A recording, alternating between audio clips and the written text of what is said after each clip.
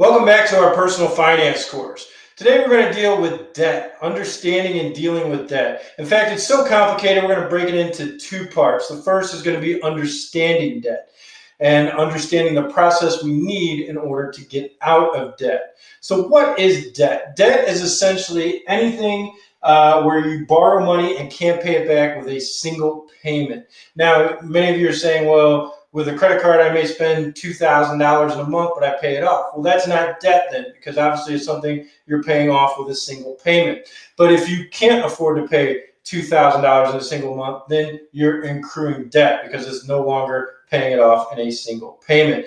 Now, a lot of people say that all debt is bad debt, and that's not the case. What is good debt? Well, good debt's anything where you invest in your future. For example, your mortgage, right? When you buy a home, you typically have a great return on investment. That's why doing a mortgage is not bad debt, but good debt, because essentially it'll give you a greater return later on in life. It's investing in your future. The same with student loans. Your education helps you get a better paying job. Sometimes jobs require that you have to have certain certifications, you have to have certain degrees. And by having that, obviously you're investing in your future, you're investing in what you can make later on in life. So that obviously is a good investment as well. That's good debt.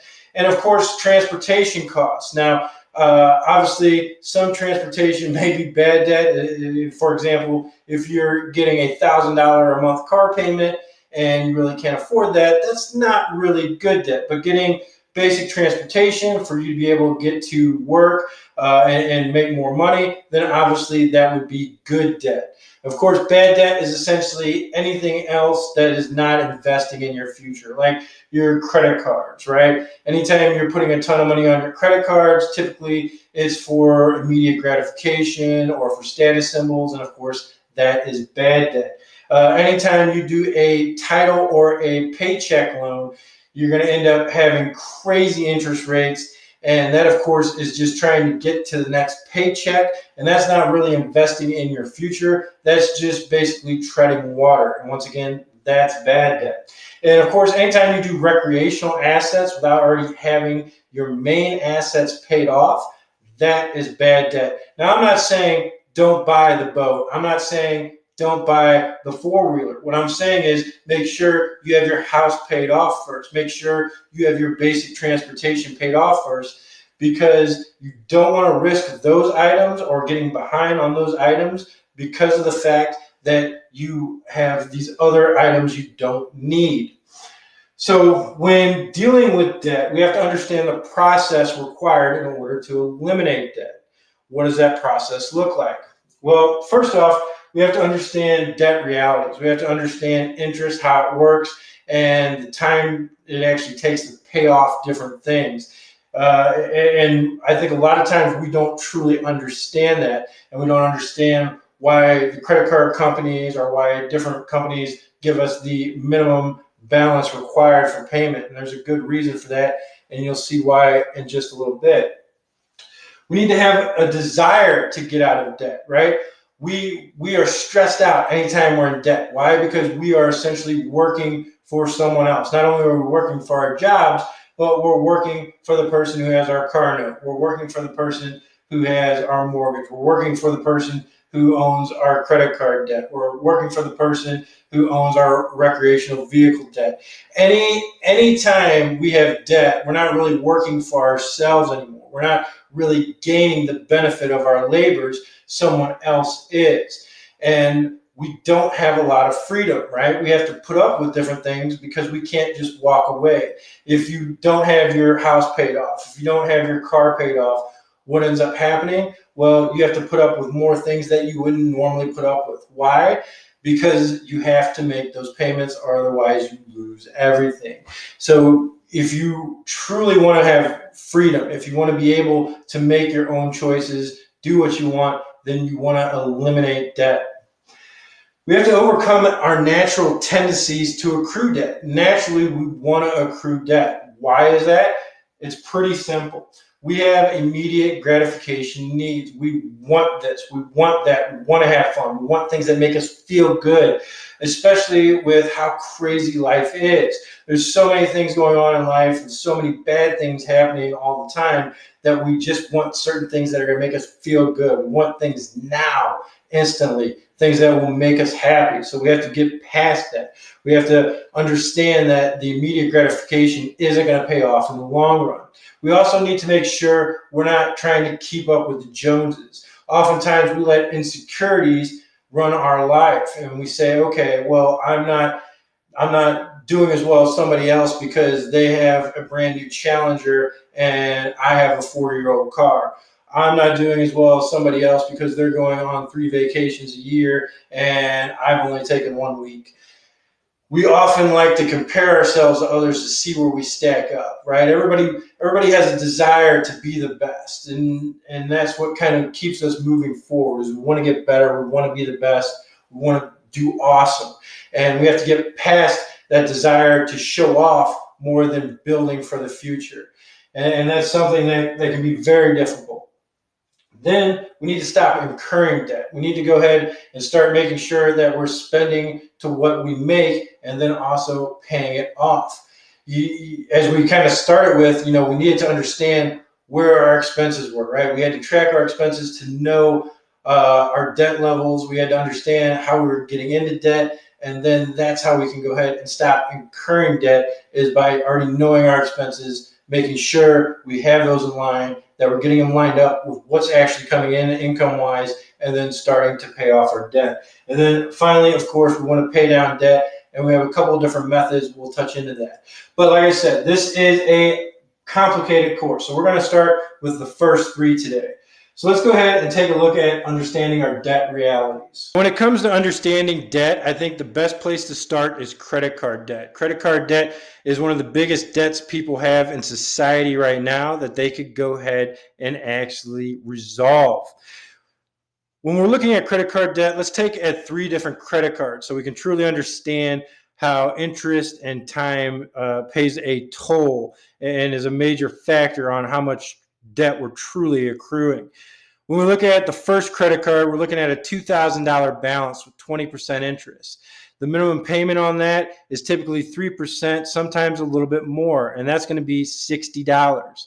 Now, why does the credit card recommend the minimum payment? Why is that what they show? Well, you're about to find out. When you make that minimum payment, so much goes to interest and so much goes to the balance. Well, how much goes to interest? $33.33, which means only $26.67 is actually going towards your balance. That means you still have a debt of $1,973.33 after one payment.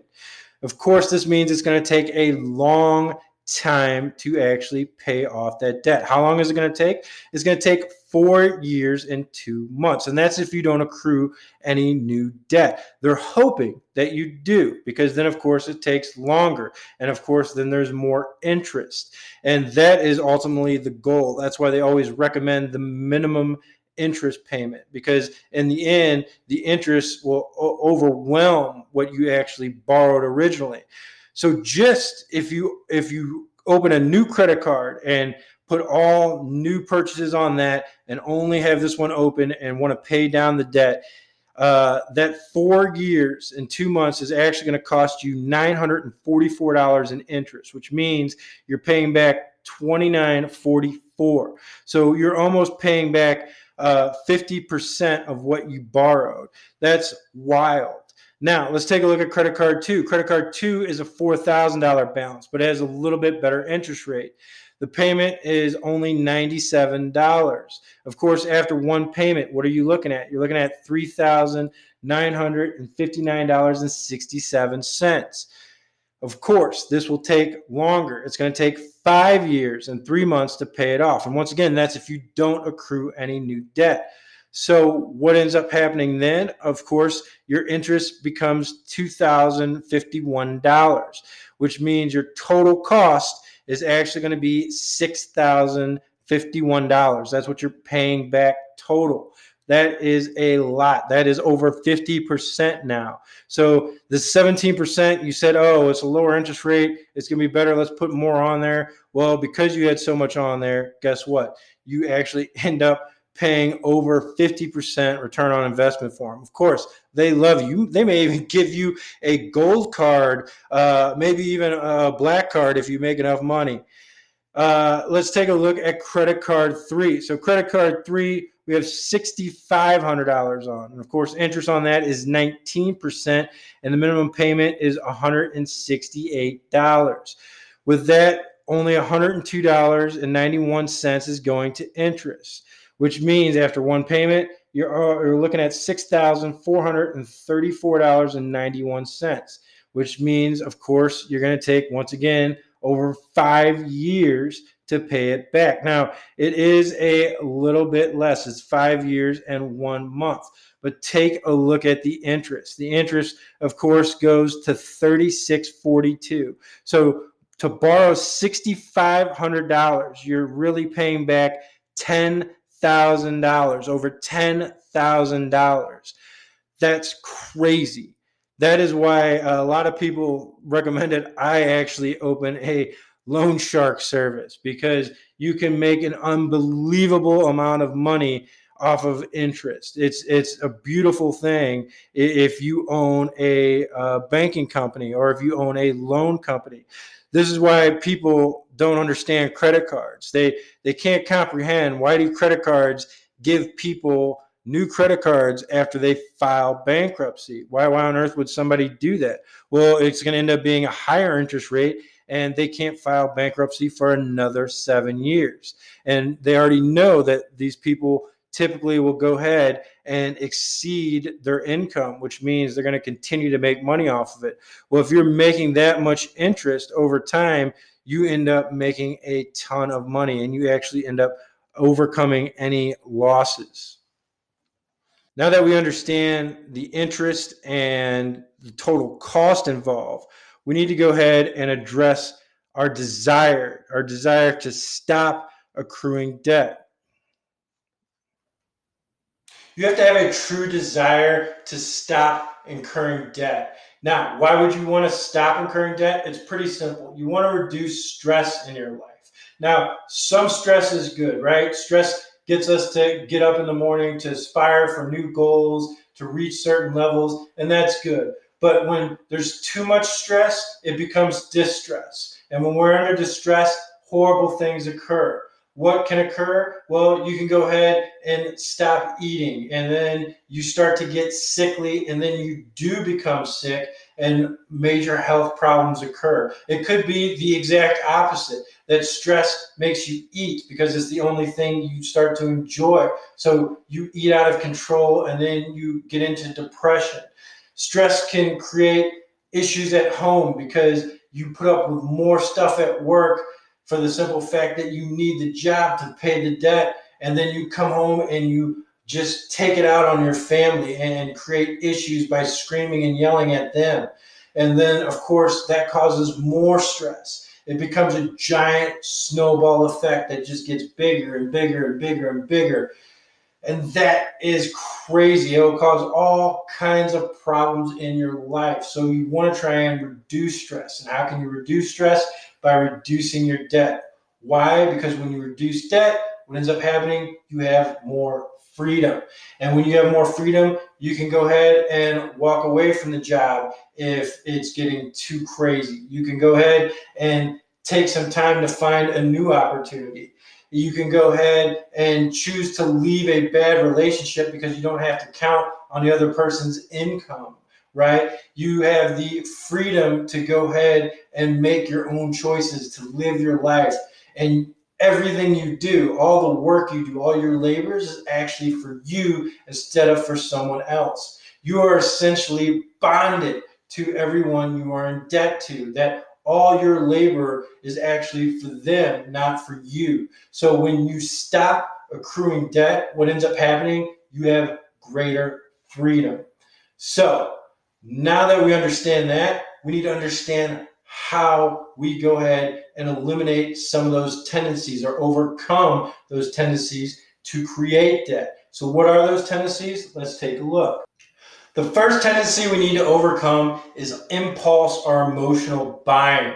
This occurs anytime we do shopping therapy, when we feel bad and we feel like purchasing something is going to bring us happiness, right? That is when we really go to immediate gratification because we're feeling sad, feeling down, and all of a sudden we know if we buy something, it's going to make us feel better.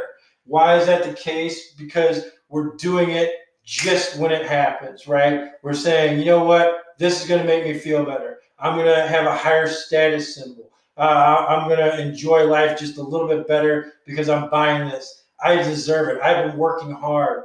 It's all based off emotion and nothing on fact or reality. And when you do everything on emotion, you can really lead yourself down to a troubling path. The second thing we need to do is avoid being careless of our financial reality. Sometimes we feel like we're treading water when we get into debt. And then we feel like no matter what, we're going to go under, right? It's kind of like that we're out in the ocean, right? In open water, the movie Open Water. What ends up happening, they're treading water for so long, and then they get to a point where they just want to give up. Well, that's what happens when we become careless with our financial reality. We get to a point where we feel like no matter what we do, we're never going to come out ahead. It's only going to get worse. So then we just start going crazy, right? It's like going to the casino after finding out you have one day to live. What do? You bet everything on red or you bet everything on black. Why? Because you just don't care anymore. Because what does it matter? And all you care about then is just living in that moment. Now it's eating off of both, right? You're going off the impulse. You're going off the emotion of having fun for a day.